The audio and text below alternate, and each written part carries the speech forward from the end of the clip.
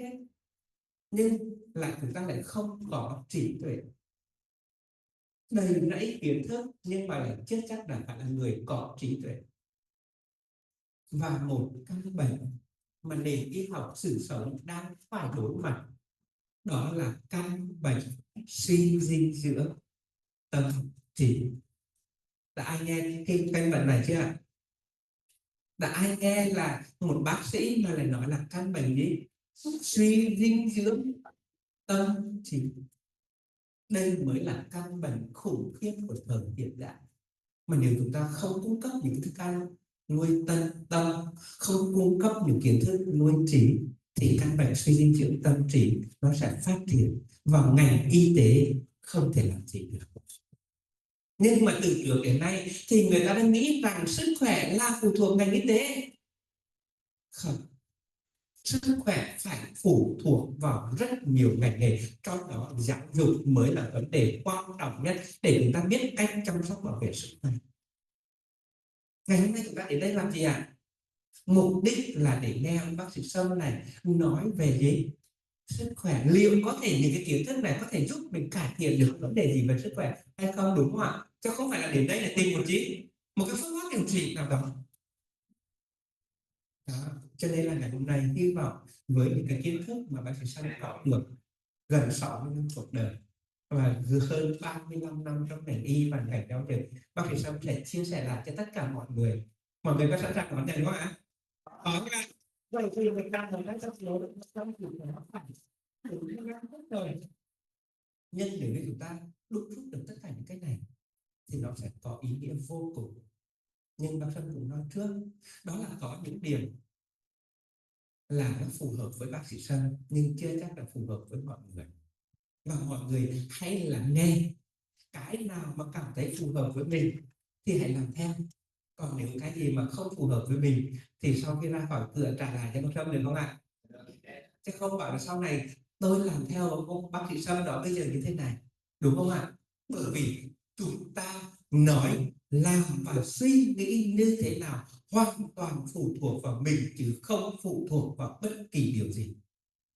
Và trước khi bác sĩ Sâm nói thì bác sĩ Sâm để tặng cho tất cả quý vị một câu thôi: làm bất kỳ điều gì trong cuộc đời này hoặc đưa bất kỳ cái gì vào trong cơ thể mình phải luôn luôn nghĩ tới 3 chữ quả: hiệu quả, hậu quả và nhân quả.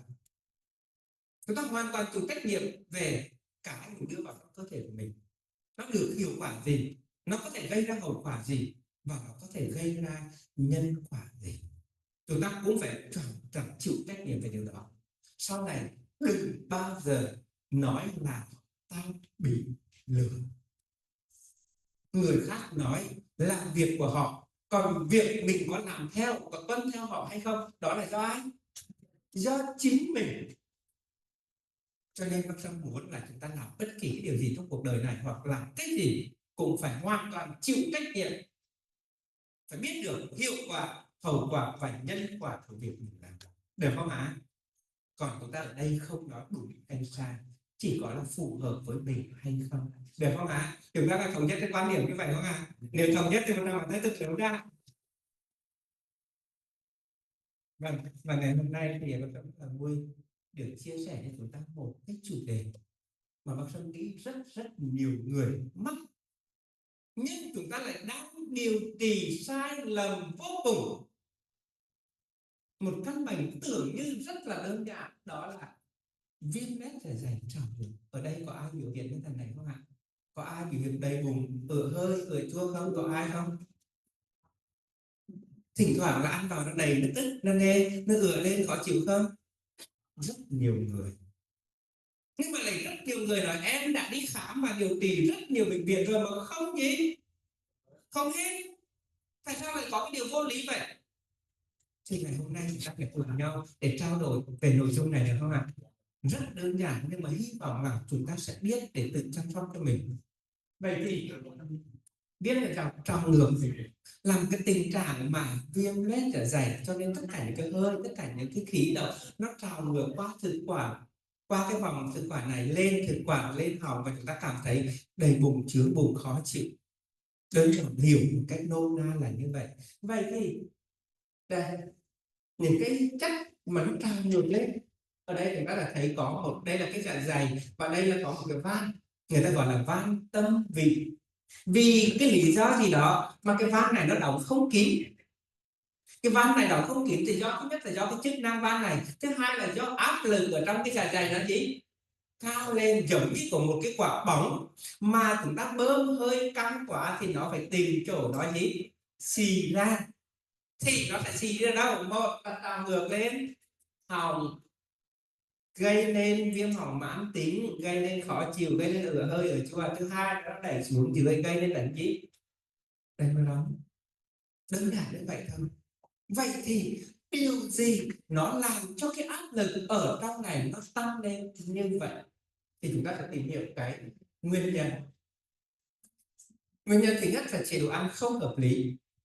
Đây chính là nguyên nhân hàng đầu của các bệnh lý về dạ dày, đường ruột hiện nay. Và bác Sâm hay nói một câu, con người là động vật ăn sai nhiều nhất, con người là động vật ăn tạp nhất trong tất cả mọi loại động vật. Tất cả các loại động vật trên tự nhiên nó chỉ lựa chọn những loại thức ăn nào phù hợp với chức năng sinh lý của nó thôi. Nhưng con người thì gì ạ? Cái gì cũng đưa vào miệng thôi. Đây là sai lầm rất lớn. Chúng ta có ai ở đây hay đi ô tô hoặc là xe máy ạ? Chúng ta thường đổ một loại xăng, ví dụ như xăng A95, thì lần sau chúng ta cũng đổ xăng A95, đúng không ạ? Nếu chúng ta đổi xăng pha nhớt thì điều gì xảy ra? Xăng pha nhớt mà chúng ta đổ vào thì điều gì xảy ra? Máy nó hỏng. Mà con người thì chúng ta có phải là đổ xăng pha nhớt không? Không phải là xăng pha nhớt mà cái gì cũng đổ vào miệng chúng ta hết. Từ đó nó dẫn tới gì? Sai lầm rất lớn, ăn nhiều dầu mỡ chua cay, rồi cà phê, thói quen ăn no này, ăn khuya này, nằm sau khi ăn cũng là nguyên nhân gây nên trào ngược. Thì chúng ta nhớ cha ông chúng ta đã dạy một câu, bệnh từ miệng mà vào, sướng cái miệng thì khổ cái thân, có đúng không ạ? Không phải là đúng mà là quá đúng. Thứ hai là căng thẳng về tâm lý. Đây cũng là một căn bệnh mà hiện nay cả cái xã hội này chúng ta đang đối mặt, đó là lo lắng, căng thẳng, stress, trầm cảm. Chúng ta có biết không ạ, ngành y tế hiện nay của chúng tôi là một trong những ngành mà có tỷ lệ trầm cảm đứng hàng đầu của tất cả các ngành. Chúng ta chỉ cần biết được rằng tối ngày hôm nay mà chúng ta mất ngủ, căng thẳng, ngay là ngày mai lập tức là cái bụng khó chịu liền. Bởi vì khi căng thẳng, lo lắng, bức xúc thì nó sẽ tiết ra corticoid, là một chất mà có thể gây nên tổn thương dạ dày. Chúng ta hiểu như vậy. Cho nên cái bệnh này mà chúng ta hay nói đó là tâm bệnh. Căng thẳng, lo lắng, bức xúc, bực bội, tức giận, đó là những liều thuốc độc mà cơ thể chúng ta sinh ra. Và sau này chúng ta cũng biết được một điều, khi chúng ta giết hại một con vật để lấy thịt, thì trong cái trạng thái lo lắng, căng thẳng, bức xúc đó nó tiết ra rất nhiều độc tố, và chỉ những độc tố đó cũng đưa vào trong cơ thể của gì chúng ta. Thứ ba là những yếu tố khác như thoát vị cơ hàng này, béo phì này. Béo phì nó cũng hạn chế làm cho cái dạ dày nó trào ngược lên, rồi mang thai nó đẩy ngược lên, nó cũng gây nên trào ngược. Và đặc biệt hiện nay có một nỗi đau mang tên thuốc tây. Thế kỷ 21 là nỗi đau của việc lạm dụng thuốc tây, nhất là các loại thuốc giảm đau chậm viêm. Một thực tế hiện nay là rất nhiều người bị tổn thương dạ dày do việc lạm dụng thuốc giảm đau. Tôi trước đây chưa bao giờ khám một đứa trẻ nào bị viêm loét dạ dày cả, nhưng thời gian gần đây những đứa trẻ 7, 8, 9, 10 tuổi đã bị viêm loét dạ dày rồi. Nguyên nhân chính là do bác sĩ kê đơn thuốc giảm đau chống viêm trong các đơn thuốc. Hiện nay chúng ta biết này, có một thực tế, đây là nỗi đau tất cả những cái đứa trẻ mà viêm đường hô hấp trên, sốt, ho, chảy nước, khi đến ở các phòng khám thì thường bác sĩ bao giờ cũng kê trong đó có một loại thuốc kháng sinh và một loại thuốc chống viêm, đó là dexamethasone hoặc là medrol, là những loại nó sẽ giảm triệu chứng rất nhanh nhưng nó làm tổn thương niêm mạc dạ dày của đứa trẻ. Trước đây không hề có trẻ em bị viêm loét dạ dày, nhưng thời gian gần đây 7, 8, 9, 10 tuổi đã bị viêm loét dạ dày rồi. Đây là nỗi đau mang tên lạm dụng thuốc. Toàn bộ cái dạ dày không bị hết, và chỉ ai ạ? Chỉ bố mẹ và chỉ những người thầy thuốc đang làm tổn thương cái niêm mạc đường tiêu hóa của trẻ. Đây chính là những nguyên nhân. Và một thứ mà ngày hôm nay rất nhiều người hiểu sai lầm về bệnh lý dạ dày tá tràng, cũng như rất nhiều người sai lầm trong vấn đề điều trị. Đó là khi thức ăn vào dạ dày nó thiếu men tiêu hóa và thức ăn đó nó không phù hợp với cơ thể của chúng ta, ngay tức nó sẽ sinh ra quá trình lên men thối ở trong dạ dày đường ruột.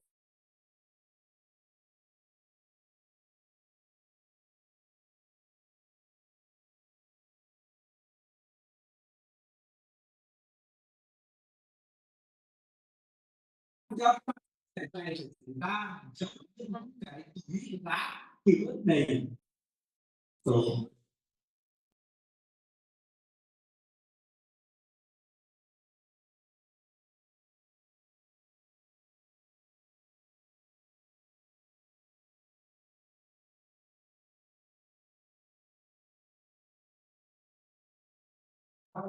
Thì nó không lên thối, nhưng mà chúng ta chỉ cần trong cái sọt rác vứt vào mấy cái xương gà, xương vịt hoặc là cái đầu tôm, thì một lúc sau là cả cái đó nó lên gì? Lên men thối. Hoặc một cái đơn giản thế này thì mọi người hiểu này, những khi nào mà chúng ta ăn những bữa ăn ngon, nhiều thịt, nhiều đạm, thì xin lỗi quý vị, đánh rắm cái gì ạ? Có gì? Đánh rắm nó sẽ nặng mùi hơn rất nhiều. Đó là gì? Các chất hữu cơ từ quá trình lên men như axit lactic, axit acetic, axit butyric này, rồi các sản phẩm thối rữa của protein. Đây là điều mà hiện nay chúng ta đang mắc,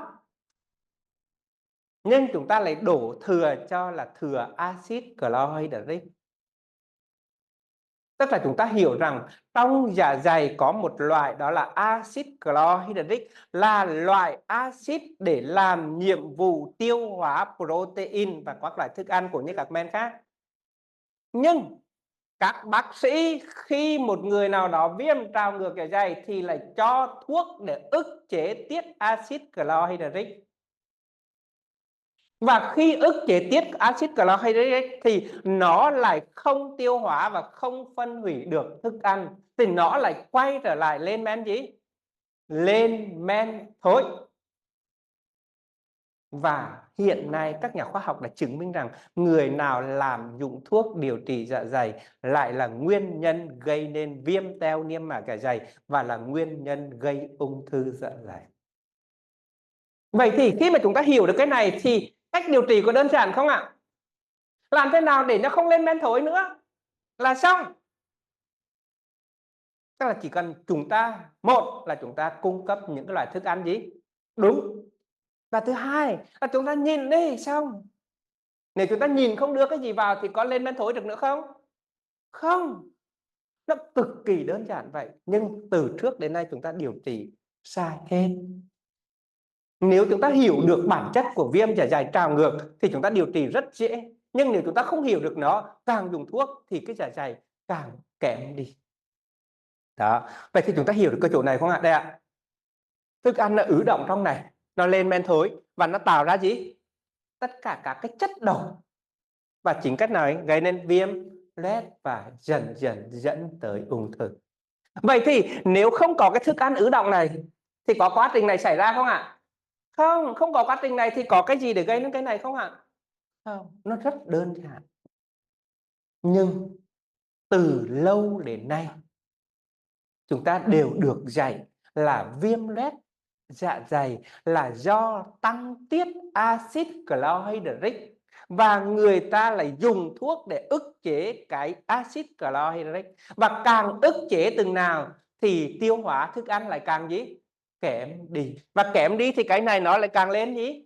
Men thối. Đơn giản như vậy, cực kỳ đơn giản. Nếu chúng ta hiểu được điều này thì chúng ta sẽ hoàn toàn giải quyết được. Đó, vậy thì khi mà lên men thối như vậy chúng ta sẽ gì? Triệu chứng này, ở hơi này, ở nóng, là đau rát vùng thường vị này, cảm giác đầy, nó chướng, nó khó chịu, nó nặng tức và nó rối loạn tiêu hóa, khi thì đi táo, khi thì đi lòng. Và sau này nói thiệt với tất cả mọi người, bác Sâm chỉ quan sát và đánh giá cái phân của mọi người thôi thì hoàn toàn có thể đánh giá được toàn bộ sức khỏe của họ. Chỉ có khi nào chúng ta đi cầu phân đẹp thì người mới đẹp được. Còn nếu như phân mà không đẹp thì chắc chắn là người không đẹp được, mắt không sáng được đâu. Đúng không ạ? Có phải không? Sạch ruột thì mới gì? Sáng da. Còn ruột mà không sạch không bao giờ sáng da hết. Và nên nhớ, đường ruột chính là bộ não thứ hai của con người. Đường ruột chính là cơ quan đào thải độc tố lớn nhất. Đường ruột chính là hệ miễn dịch lớn nhất của con người. Và đường ruột chính là bộ não thứ hai của con người. Chúng ta đã bao giờ nghe câu là gì? Em đau lòng quá chứ. Khi ai đó mà làm tổn thương mình một cái gì đó thì người ta nói là em gì? Đau lòng. Và khi mà mình yêu ai thì mình nói là yêu em tần gì? Tần đáy lòng. Đúng không ạ? Hoặc là một người nào đó mà học giỏi thì người ta nói là gì? Thằng này sáng già. Có khỏi không? Và chúng ta phải hiểu rằng chức năng của dạ dày đường ruột nó vô cùng quan trọng. Và bác sĩ Sâm nói luôn, người nào mà đi ngoài thường xuyên bị táo hoặc là khó chịu không bao giờ có cái mặt tươi như chúng ta ngồi đây hết. Đúng không ạ? Những người nào người cười tươi là chắc chắn cái đường ruột của chúng ta sẽ gì? Sẽ tốt, sẽ đẹp. Đúng không ạ? Còn người nào mà chúng ta hay nói là đồ cái mặt như mặt táo bón, có không? Nhìn mặt là biết ngay cái thằng là táo bón, suốt ngày nhăn nhăn nhỏ nhỏ là táo bón 100%. Nói không sai đâu. Cho nên là bác Sâm nhìn thấy ai cũng cười tươi cả là chắc chắn là thường là không gì? Không táo bón. Đúng không ạ? Rồi, triệu chứng của họng thực quản này, đây là triệu chứng mà chúng ta thường hay gặp nhất. Tất cả những người nào viêm họng mãn tính, viêm thanh quản mãn tính, khó chịu ở họng, ho khạc buổi sáng, đó là do trào ngược. Nhưng khi đến bác sĩ khám chẩn đoán là viêm họng mãn tính. Viêm họng mãn tính lại cho kháng sinh và cho chất chống viêm. Cho chất chống viêm mà kháng sinh nó lại làm tổn thương dạ dày. Khi uống thì đỡ được mấy ngày, sau đó nó lại đâu vào đấy. Bởi vì viêm họng này không phải do họng mà do tất cả các chất độc tố từ dưới này nó trào ngược lên. Nếu chúng ta không giải quyết cái dạ dày, không bao giờ điều trị được viêm họng mãn tính do trào ngược. Chúng ta hiểu cái chỗ này không ạ? Cái viêm họng tưởng chừng như rất là đơn giản nhưng không điều trị nổi, bởi vì bản chất của nó là từ gì? Từ dạ dày nó trào ngược lên các cái khí độc và các cái chất axit nó lên nó tiết, cho nên là thường khó chịu ở họng, ho này, khạc này, đây là khàn tiếng này, rồi là đó thì do cái này và ảnh hưởng tới toàn thân, mệt mỏi, lo lắng, giảm tập trung, mất ngủ vân vân. Thế mà chúng ta thấy được rất là rõ các cái triệu chứng. Một là triệu chứng của cái vùng gì? Thượng vị. Thứ hai là triệu chứng của vùng gì? Vùng họng. Và thứ ba nữa là người mệt mỏi, uể oải, chán ăn. Thì đó là những cái dấu hiệu biến chứng có thể gây nên viêm thực quản. Và có một cái hội chứng rất đáng sợ, đó là nếu những người nào mà viêm trào ngược lâu ngày nó có thể kích thích thực quản và là một trong những nguyên nhân có thể gây nên ung thư thực quản. Rồi, loét và xuất huyết dạ dày hiện nay chúng ta cũng khá gặp nhiều. Biến chứng hô hấp tưởng chừng như đơn giản nhưng tất cả những cái này nó sẽ trào ngược lên, gây nên viêm họng, viêm phổi mãn tính do trào ngược dịch từ dạ dày. Cho nên chúng ta làm thế nào để chúng ta kiểm soát được cái dạ dày và chúng ta có thể giải quyết được rất nhiều vấn đề. Nhưng nếu chúng ta hiểu thì chúng ta kiểm soát nó một cách vô cùng đơn giản. Nhưng nếu chúng ta không hiểu thì không bao giờ điều trị được cả. Nếu mà chúng ta cứ dùng thuốc ức chế dạ dày, dùng kháng sinh thì nó không giải quyết được vấn đề. Đó. Vậy thì để chẩn đoán thì thường khi mà chúng ta có những dấu hiệu này thì thường chúng ta đi đến bệnh viện và bác sĩ hay làm cái động tác cái gì? Nội soi dạ dày. Và thưa với tất cả quý vị, chưa bao giờ mà bác sĩ lạm dụng nội soi dạ dày đến như bây giờ. Bác Sâm đã chứng kiến rất nhiều đứa trẻ 7-8 tuổi mà suốt ngày phải dẫn cháu đi soi dạ dày. Điều hoàn toàn vô lý và không cần thiết. Bởi vì chúng ta biết được rằng chắc chắn những cái triệu chứng này là do sai lầm về chế độ ăn uống và do sai lầm về việc sử dụng các loại thuốc kháng sinh và giảm đau. Chỉ cần điều chỉnh chế độ ăn uống và điều chỉnh chế độ các sử dụng, đừng có dùng thuốc nữa, xong. Nhưng mà cứ đi khám là bắt các cháu nội soi và thậm chí là gây mê để nội soi, bởi vì trẻ chưa hợp tác. Cho nên là nội soi dạ dày bằng giấy gây mê. Đây là một cái điều mà đang một cái tình trạng lạm dụng những kỹ thuật xét nghiệm không cần thiết. Cho nên sau này bác Sâm muốn là chúng ta hãy tự biết được mình. Đừng có nghe là ai nói cái gì mình cũng làm theo. Được không ạ? Chúng ta phải có chánh kiến của mình, có kiến thức đúng. Và bác Sâm khuyên tất cả những đứa trẻ không đi soi làm cái gì. Chỉ cần điều chỉnh chế độ ăn uống và hạn chế những cái thuốc tác động có hại đến sức khỏe là xong. Không quá phức tạp vấn đề đâu. Đó. Rồi, trong cái y học hiện đại thì chủ yếu là người ta sử dụng kháng sinh, người ta sử dụng thuốc kháng tiết niêm mạc, kháng tiết cái axit dạ dày và sử dụng thuốc để băng niêm mạc dạ dày. Bác Sâm nói cái này là đúng, nhưng chúng ta chỉ được dùng trong phác đồ đúng, chứ không được lạm dụng và không được dùng kéo dài. Nếu như khi đau quá, viêm quá, cấp quá, chúng ta có thể dùng kháng sinh và dùng một liệu trình đúng theo phác đồ thôi, không được tự ý. Tức là có một cái rất là nhiều tình trạng là khi chúng ta kê một cái đơn nào đó thì chúng ta gì mua uống đỡ rồi hôm sau không cần đến bác sĩ, nó cứ cầm cái đơn đó mua ra ngoài quầy thuốc mua uống theo cái đó thì nó rất nguy hiểm. Chúng ta hiểu không ạ? Cho nên bác Sâm mong muốn là chỉ sử dụng thuốc theo đúng chỉ định chứ không được lạm dụng. Bởi vì việc lạm dụng thuốc ức chế điều trị dạ dày là nguyên nhân gây viêm teo niêm mạc dạ dày mãn tính. Viêm teo niêm mạc dạ dày mãn tính nó sẽ gây nên đột biến tế bào và nguy cơ gia tăng ung thư. Cho nên chúng ta dùng nhưng mà phải dùng có gì? Liều lượng đúng chỉ định, không được gì? Không được lạm dụng. Chúng ta hiểu cái chỗ này không ạ? Đó. Còn điều trị. Vậy thì y học sự sống, người ta nói chăm sóc và điều trị bệnh viêm loét dạ dày tá tràng như thế nào cho đúng? Điều trị tận gốc ạ, chúng ta nhớ là điều trị tận gốc bằng thân, tâm và trí, chứ không phải là điều trị chắc phận thân. Đó, nhằm giảm axit, phục hồi cơ chế tiêu hóa, cảm xúc và môi trường tự nhiên. Không chỉ giúp kiểm soát triệu chứng mà còn giúp giải pháp nguyên nhân sâu xa. Vậy thì chúng ta dùng cái gì? Đây ạ, rất đơn giản. Việc đầu tiên của tất cả những trường hợp viêm loét dạ dày tá tràng và trào ngược thì việc đầu tiên của chúng ta đó là điều chỉnh lại chế độ ăn và kiềm hóa là vấn đề quan trọng nhất. Một, hạn chế tối đa các loại thực phẩm chế biến, hạn chế tối đa các loại thực phẩm từ động vật, hạn chế tối đa những loại thực phẩm mà gọi là đai food, những loại thực phẩm ăn sẵn, những loại thực phẩm fast food, những loại thực phẩm chiên, rán, nướng là đều là những chất gia tăng sinh hơi trong dạ dày. Cho nên hạn chế tối đa. Thứ hai là những loại thực phẩm nên dùng mang tính kiềm hóa cơ thể. Đó là các loại từ gì? Rau, củ quả tươi sống. Và bác sĩ Sâm chỉ khuyên một câu thế này thôi, rất là đơn giản thôi. Thực vật toàn phần, tươi sống, đa dạng, đủ màu sắc, đủ mùi vị theo vùng miền và theo mùa, chiếm từ 80% trở lên. Còn nếu ai ăn được thì 100% thực vật là điều tuyệt vời nhất. Còn nếu mà chưa giảm được thì 80% và 20% là gì? Từ động vật, nhưng phải ăn những loại thực phẩm mang tính chữa lành. Ví dụ như ăn một chút cá thì rất tốt, bởi vì cá nó có nhiều omega 3 và omega 6. Nó tốt, chứ không nên ăn thịt. Chúng ta hiểu cái chỗ này không ạ? Vậy thì đây là cái điều mà chúng ta rất...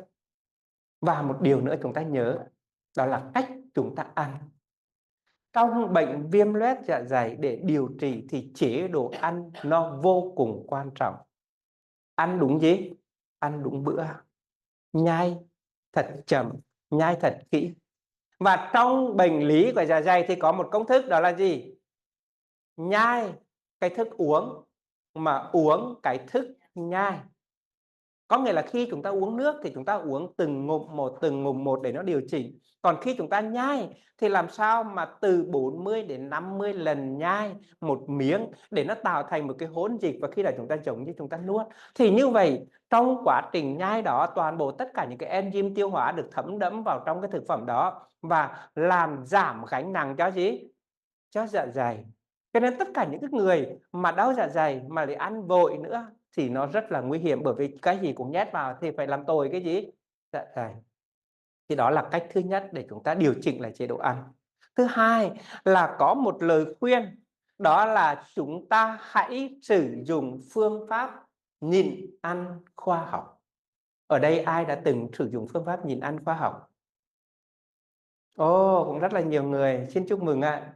Tức là tất cả chúng ta đã biết, và hiện nay thì Viện Y học Sự sống đang viết một cái bộ sách, đó là y học tái sinh, nền y học tái sinh, và trong đó phương pháp nhịn ăn khoa học nó vô cùng quan trọng.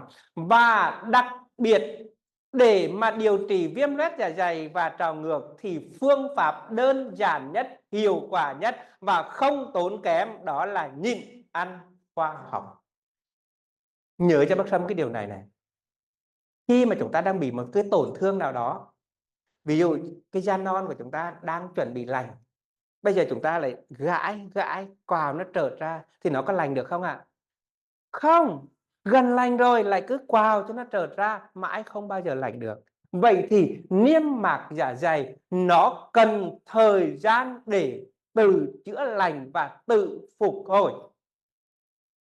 Vậy thì nhịn ăn là một trong những phương pháp không tạo ra các chất sinh hơi, không tạo ra các cái chất axit, không tạo ra các cái chất độc ở trong dạ dày, và dạ dày có cơ hội để sửa chữa và phục hồi. Cho nên bác Sâm khuyên đó là tất cả những ai mà có những cái triệu chứng đầy bụng chướng hơi thì nhịn là giải pháp tối ưu, rẻ tiền nhất, nhưng mà lại ít người thực hiện. Có vô lý không ạ? Hiệu quả nhất, đơn giản nhất, nhưng mà lại không thực hiện. Bởi vì sao? Bởi vì sao ạ? Bởi vì chúng ta không biết, chúng ta không tin, và chúng ta nghe mấy người khác dọa mày mà nhịn là mày chết, mày hạ đường huyết mày chết, mày xỉu mày chết, đúng không? Cho nên sắp tới thì viện sẽ có một cái bộ sách, đó là hướng dẫn nhịn ăn khoa học. Khi nhịn ăn thì tất cả những cái điều kỳ diệu của cơ thể nó sẽ giúp cho chúng ta sửa chữa mọi nỗi khổ và niềm đau, kể cả thân và kể cả tâm. Thứ hai là chúng ta sẽ thanh lọc đào thải độc tố. Thì tất cả những ai chỉ cần làm cho bác Sâm một biện pháp thôi thì ngay và lập tức cái triệu chứng của trào ngược nó sẽ đỡ ngay lập tức. Đó là chỉ cần chúng ta nhịn ăn và uống nước hydrogen ion kiềm đúng cách là một trong những phương pháp giúp cho chống trào ngược hiệu quả, đơn giản và ít tốn kém nhất trong tất cả các phương pháp.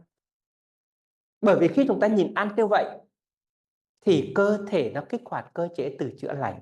Và khi chúng ta sử dụng nước hydrogen ion kiềm thì vô hình dung nó loại bỏ các loại axit dư thừa mà nó sản xuất ra trong quá trình lên men thối của dạ dày và đường ruột. Nó rất là đơn giản. Vậy chúng ta có làm được không? Có sợ không? Không sợ gì hết nếu chúng ta có những kiến thức, và hãy làm đi. Bác Sâm nói là một vấn đề, còn những ai có những biểu hiện đó thì hãy làm đi, rồi hôm sau có kết quả báo với bác Sâm, có được không ạ? Hãy thực chứng trên thân và tâm của mình, đừng sợ đó. Và nhìn ăn khoa học, thanh lọc đào thải độc tố. Và một thông điệp mà bác sĩ Sâm ngày hôm nay với tư cách là giảng viên đại học và cũng là viện trưởng Viện Nghiên cứu Y học Sự sống nói rằng đói thì rau, mà đau thì nhịn. Có thấy lạ không ạ? Có cái ông bác sĩ nào mà lại nói là bắt là đói thì rau, mà đau thì nhịn. Đây là trăn trở của bác Sâm trong suốt cả cuộc đời làm ngành y. và suốt 30 mấy năm nghiên cứu về dinh dưỡng, bác sĩ Sâm đã có 10 năm ăn chay trường, thì bác sĩ Sâm mới dám nói câu này. Và bác sĩ Sâm cũng là một người viết ra sách Nhìn ăn khoa học, bác sĩ Sâm mới nói câu này. Còn nếu như một người khác nói câu này, người ta tát cho vỡ mồm. Đúng không? Bởi vì không có thực chứng. Nhưng bác sĩ Sâm nói ra câu này và viết ra câu này bằng cái trải nghiệm cuộc đời của bác sĩ Sâm. Đã thực chứng đó là nhìn ăn khoa học, đó là thực chứng đó là ăn chay trường 10 năm nay rồi. Đó là thực chứng hướng dẫn cho mọi người thực hiện chăm sóc sức khỏe đúng thuận tự nhiên. Tất cả chúng ta hiểu này, khi chúng ta ốm, việc mà cái đầu tiên chúng ta phản ứng đầu tiên đó là chán ăn. Có đúng vậy không? Khi chúng ta ốm, cho dù bất kỳ bệnh gì thì phản ứng đầu tiên của chúng ta là chán ăn và không muốn ăn. Đó là phản ứng của cơ thể nói rằng tại thời điểm đó cơ thể không tập trung năng lượng để tiêu hóa thức ăn đâu. Bởi vì khi đó không tiết ra được các cái men tiêu hóa và nó rất là cái lưỡi rất là dày, rất là bẩn và chúng ta không muốn ăn thế nào, bởi vì ăn vào thì nó lại sinh ra men thối, không tiêu hóa được. Cho nên phản ứng đầu tiên của cơ thể đó là ngừng ăn để cơ thể tự sửa chữa những sai lầm của mình. Ăn là không được rồi, ăn không tiêu lại nhét vào nó sẽ sinh ra khó chịu.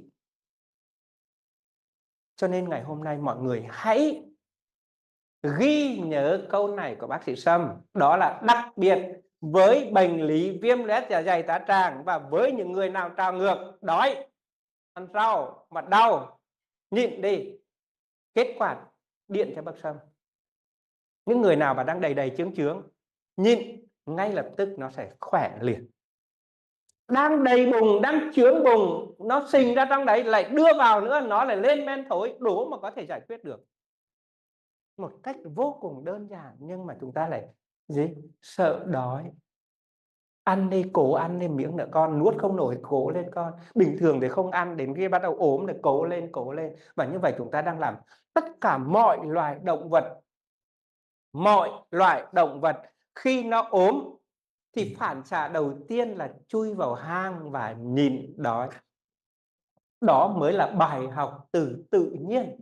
Không có con động vật nào mà ốm mà chạy ra đi săn mồi hết. Chúng ta hiểu không ạ? Vậy thì chúng ta có nên học không? Chúng ta đừng có tưởng chúng ta là động vật bậc cao, nhưng mà chúng ta phải học từ tự nhiên. Đó là tất cả những loại động vật khi bị đau ốm nó chui vào trong hang để tự chữa lành các cái vết thương. Khi nào phục hồi nó mới đi ra tìm thức ăn. Có đúng không ạ? Vậy thì đói thì rau đau thì nhìn có sợ không? Mọi người hãy thực hành rồi báo cáo kết quả với bác Sâm được không ạ? Còn đó là bác Sâm trải nghiệm thì bác Sâm nói như vậy. Còn mọi người hãy từ hôm nào mà hơi đầy bụng chướng bụng cứ nhịn đi, được không ạ? Nó sẽ tạo ra một cái sự chữa lành vi diệu nha. Đó, đây thông điệp này mà chỉ có cái ông bác Sâm này mới dám nói cái này. Tất cả những người bác sĩ hiện nay nói nhịn ăn là hạ đường huyết, nói nhịn ăn. Thưa với quý vị, cơ thể con người chỉ tạo ra miễn dịch tốt nhất, tạo ra khả năng sinh tồn tốt nhất trong những điều kiện bất như ý. Đói một chút, nóng một chút, khát một chút, lạnh một chút, nóng một chút thì con người mới tạo ra được khả năng miễn dịch. Còn khi nào cũng ăn uống no đủ tất cả mọi thứ và chúng ta thấy một thực tế con của nhà đói miễn dịch tốt hơn con của nhà giàu rất nhiều. Con của nhà giàu là rú ở trong nhà, là không dám cho ra mưa, không dám cho ra nắng, không dám nhìn đói, và loại đó chính là gà công nghiệp.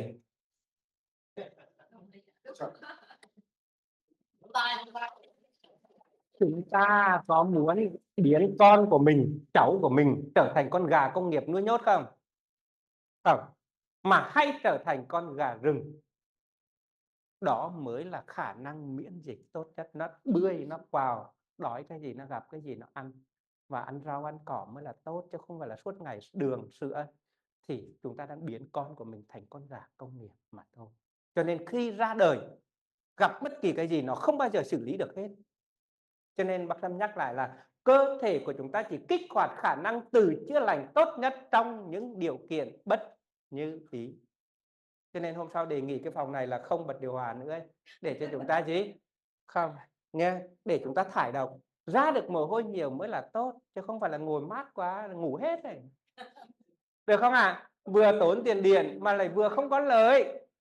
Hôm sau để bị ban tổ chức là tắt điều hòa nhá, đỡ tốn tiền điện này. Rồi, nhất trí.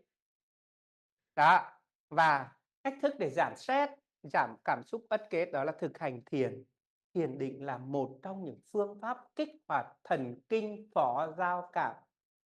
Chúng ta biết cái dạ dày này, dạ dày của chúng ta hoạt động có hai loại thần kinh, đó là thần kinh giao cảm và thần kinh phó giao cảm. Khi chúng ta thiền định thì ngay và lập tức nó sẽ tiết ra rất nhiều hormone hạnh phúc. Chúng ta có biết hormone hạnh phúc không ạ? Đó là serotonin, đó là oxytocin, đó là endorphin, tức là morphine nội sinh, có tác dụng giảm đau, có tác dụng hưng phấn. Nhưng nếu chúng ta chỉ cần bức xúc thôi, ngay lập tức nó tiết ra adrenaline và corticoid, nó có thể làm xuất huyết dạ dày, nó chảy máu dạ dày, thổ huyết. Cho nên thiền định là một trong những phương pháp điều trị chữa lành viêm loét dạ dày rất tốt. Và bác Sâm biết được rằng hiện nay con người chúng ta đang bị cuốn bởi cái vòng xoáy của cơm áo gạo tiền, mà lo kèn cửa với người khác thôi, suốt ngày bức xúc bực bội. Cho nên bây giờ chúng ta giảm đi được không ạ? Tĩnh tâm lại, buông bớt đi, đừng ôm vào nhiều quá, hay buông đi, đừng giữ lại quá nhiều thứ mà chúng ta không cất nổi được cái gì đâu. Cho nên là gì? Thực hành thiền rồi viết nhật ký chữa lành. Chúng ta đã biết là ai ở đây thực hành Ho'oponopono chưa? Thực hành Ho'oponopono thì đau dạ dày nếu chúng ta thực hành thường xuyên, hãy xin lỗi nó. Bao nhiêu năm qua chúng ta đang đày đọa nó, bao nhiêu năm qua chúng ta đang phá hủy nó, thì hãy quay trở về xin lỗi nó, sám hối, xin lỗi, rồi hãy tha thứ, bởi vì tôi đang làm tổn thương bạn rất nhiều. Chúng ta đang đưa những thứ mà không phù hợp với nó. Bây giờ hãy quay trở lại yêu thương cái dạ dày của mình, sám hối với nó, hãy xin lỗi nó và hãy nói lời yêu thương cảm ơn nó, thì chắc chắn nó sẽ tự chữa lành cho mình. Nó vi diệu lắm mọi người ạ. Được không ạ? Hãy về thực hành Ho'oponopono để chúng ta giúp cho cơ thể chúng ta tự chữa lành và dạ dày quay trở lại yêu thương nó. Bao nhiêu năm qua chúng ta đang gì? Đang đối xử tệ bạc với cái dạ dày của mình. Được không? Có làm được điều này không? Chúng ta yêu thương nó thì nó sẽ quay trở lại yêu thương mình. Đó. Rồi chúng ta hít thở sâu vùng bụng này. Đặc biệt là một trong những phương pháp là chúng ta hít thở sâu bằng cơ hoành để chúng ta giúp cho thể dục cho nội tạng. Hít thật sâu, bụng phình to ra. Đó, sau đó là gì? Hóp bụng lại, thở ra và chúng ta vận khí, chúng ta tập trung vào cái vùng thượng vị để dồn máu tới đó để dinh dưỡng cho cái dạ dày. Thì đây là những cách mà giúp cho chúng ta chữa lành. Đó. Rồi chúng ta có thể sử dụng một số thảo dược. Cha ông chúng ta hay sử dụng cái bài thuốc gì ạ? Nghệ và mật ong, đúng không ạ? Nghệ và mật ong là những chất có khả năng bảo vệ bao bọc niêm mạc dạ dày rất là tuyệt vời. Nhưng mà chúng ta hãy biết cách sử dụng nó. Bởi vì tinh nghệ có curcumin là một trong những chất có khả năng làm lành các vết loét vô cùng vi diệu. Và nghệ chính là một cái sản phẩm mà có thể giúp cho chúng ta phục hồi được cái loét dạ dày rất là tốt rồi. Đó, thì chúng ta có thể sử dụng cả cái phương pháp, có thể châm cứu, có thể ấn huyệt, rồi có thể tác động. Có nghĩa là làm bắt tất cả mọi giải pháp để giúp cho cái dạ dày của chúng ta được gì? Được phục hồi, được khỏe lên, được phục hồi. Chỉ có hạn chế tối đa sử dụng thuốc gì? Thuốc tây. Được không ạ? Thì chắc chắn cái dạ dày sẽ hiểu được nội lòng của mình. Tức là mình đang yêu thương, đang ôm ấp nó, thì nó sẽ gì? Cố gắng, cố lên để gì? Còn phục vụ cái thằng này lâu dài, đúng không ạ? Đó. Rồi, tư thế nằm đúng nữa. Chúng ta nhớ này, cái dạ dày của chúng ta nằm thế này này, nó vòng thế này. Thì tất cả những người trào ngược dạ dày, nhớ cho bác Sâm là khi nằm ngủ, một là gối cao hơn một chút, thứ hai là nằm nghiêng sang bên trái để cho cái dạ dày nó không trào ngược, nó không đẩy hơi và khí ngược lên. Như vậy là nhớ nằm cao hơn, đầu cao lên. Thứ hai, nằm nghiêng sang bên trái để nó khí, hơi và dịch nó không trào ngược lên. Thứ ba, đó là cách 4 tiếng khi đi ngủ chúng ta nên để dạ dày rộng. Đừng có ăn quá khuya, được không ạ? Và tốt nhất tất cả những người mà bị đau dạ dày thì bác Sâm khuyên là chỉ ăn ngày 2 bữa thôi. Bữa tối chúng ta nhịn đi để yêu thương nó và giúp cho nó được gì? Nghỉ ngơi, được phục hồi. Bởi vì cái dạ dày luôn luôn bị căng, bị chướng lên thì nó không có khả năng phục hồi nữa đâu. Cho nên là gì? Chúng ta gì? Một là nằm cao lên, hai nghiêng sang trái, thứ ba là không ăn trước khi đi ngủ 4 tiếng, thứ tư là chúng ta giữ ấm cái vùng bụng. Bởi vì cơ thể của chúng ta đang trong một cái trạng thái tức là hàn thấp. Đa số chúng ta ăn lạnh, đa số chúng ta gì? Ngồi trong phòng lạnh, đa số chúng ta không tiếp xúc với ánh nắng mặt trời nhiều. Nhưng chúng ta biết được ánh nắng mặt trời của chúng ta là vị thần dược. Nhưng chúng ta lại sợ sảm cái gì? Sảm cái mã hồng, cho nên ra ngoài đường là che đủ thứ. Có những thứ suốt ngày che mà vẫn đen. Đúng không? Vậy thì che làm gì cho lắm? Đó, và cải thiện môi trường sống, việc tắt điện thoại và giảm ánh sáng xanh trước khi đi ngủ để ổn định cái thần kinh. Chúng ta biết giấc ngủ là khả năng phục hồi kỳ diệu của con người, cho nên đừng đưa ánh sáng xanh vào cơ thể, đừng đưa cái sóng điện từ vào trong cơ thể, và khi ngủ nên để cái điện thoại xa ra, tốt nhất là tắt wifi đi để đảm bảo cái giấc ngủ của chúng ta phục hồi. Đó. Thứ hai nữa là thói quen dậy sớm, uống nước hydrogen ion kiềm.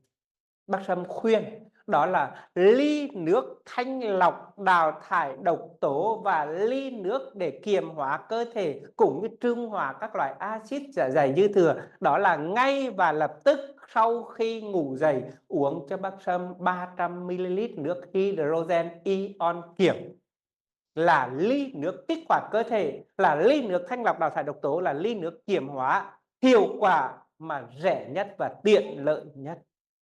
Còn tất cả những cái loại khác là chúng ta đang còn phải dày, còn phải chuẩn bị tất cả những loại nước ép hoặc là tất cả những cái, nhưng mở mắt ra uống một ly nước hydrogen ion kiềm, là ly nước để kích hoạt cơ thể, thải độc tố dư thừa trong cơ thể, giúp cho dạ dày được gì? Phục hồi. Có được không ạ? Có làm được điều này không? Nó vô cùng đơn giản. Và bác Sâm biết được một cái cuốn sách đó là Kiềm hóa hay là chết. Bởi vì cơ thể của chúng ta luôn luôn sản xuất ra axit, và môi trường axit là môi trường tạo ra rất nhiều bệnh mãn tính và ung thư. Cho nên ngủ dậy một ly nước kiềm có được không ạ? Nó vô cùng vi diệu, nhưng là gì? Rẻ nhất mà bác Sâm từng chứng kiến. Còn tất cả những loại khác chúng ta đều phải gì? Đang phải bỏ ra rất là nhiều tiền, bỏ rất là nhiều công sức. Nhưng mà ngay lập tức bước khỏi giường làm một ly 300, xong đó rồi chúng ta mới đi vệ sinh, chúng ta mới làm gì, làm được không? Nó vô cùng vi diệu đó. Rồi sau đó chúng ta xoa nhẹ nhàng vùng bụng thì nó rất là cải thiện, rất là tốt. Và đặc biệt đó là hạn chế thuốc giảm đau và kháng sinh nếu không thực sự cần thiết. Được không ạ? Đây là điều vô cùng quan trọng. Đó, vậy thì y học hiện đại người ta tập trung vào thuốc giảm đau chống viêm. Còn khi mà phối hợp điều trị thì giai đoạn cấp tính chúng ta cũng có thể dùng thuốc giảm đau chống viêm, nhưng sau đó chúng ta phải chuyển sang chữa lành toàn bộ cơ thể, thay đổi chế độ ăn uống, thay đổi chế độ sinh hoạt, thay đổi cái tinh thần của mình thì ngay và lập tức dạ dày sẽ được tự chữa lành. Được không ạ? Đó, và trào ngược là biểu hiện của một nội tâm chưa được giải tỏa. Thưa với quý vị, nếu như nội tâm của chúng ta chưa được bình an, chúng ta thường lo lắng, thường căng thẳng, thường bức xúc thì xuất hiện trào ngược là lẽ đương nhiên. Cho nên chúng ta phải chữa lành gì? Không chỉ dạ dày mà cả cảm xúc, niềm tin và nguồn năng lượng. Viêm dạ dày không phải là bệnh tiêu hóa mà còn là lối sống công nghiệp, căng thẳng tinh thần và rối loạn sinh học nổi môi. Điều trị đòi hỏi kết hợp giữa y học hiện đại, y học sự sống để chuyển hóa toàn diện. Và cuối cùng đó là gì? Hãy lắng nghe cơ thể. Khi tâm an thì thân sẽ gì? Thân sẽ khỏe. Và điều trị dạ dày, nếu thực sự chúng ta hiểu biết và yêu thương thì chắc chắn chúng ta sẽ điều trị một cách gì?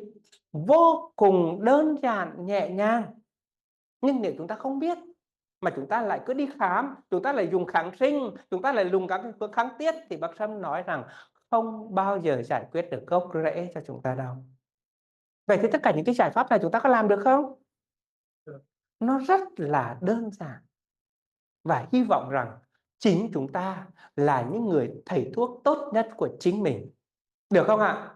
Hãy tự chăm sóc, yêu thương và quan tâm. Như vậy thì bác Sâm đã chia sẻ cho chúng ta một cái nội dung rất là đơn giản thôi. Đó là chúng ta hiểu biết được về nguyên nhân gây nên viêm loét dạ dày trào ngược. Thứ hai, đó là các cái dấu hiệu.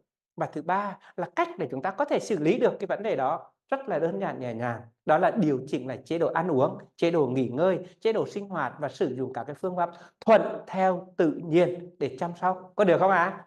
Có làm được không? Vâng, bác bà. Và bác Tâm sẽ tin tưởng chúng ta sẽ là người thầy thuốc tốt nhất của chính mình, và hãy kích hoạt khả năng tự chữa lành của cơ thể mình. Có được không hả? Rồi một lần nữa xin chân thành cảm ơn tất cả mọi người đã theo dõi.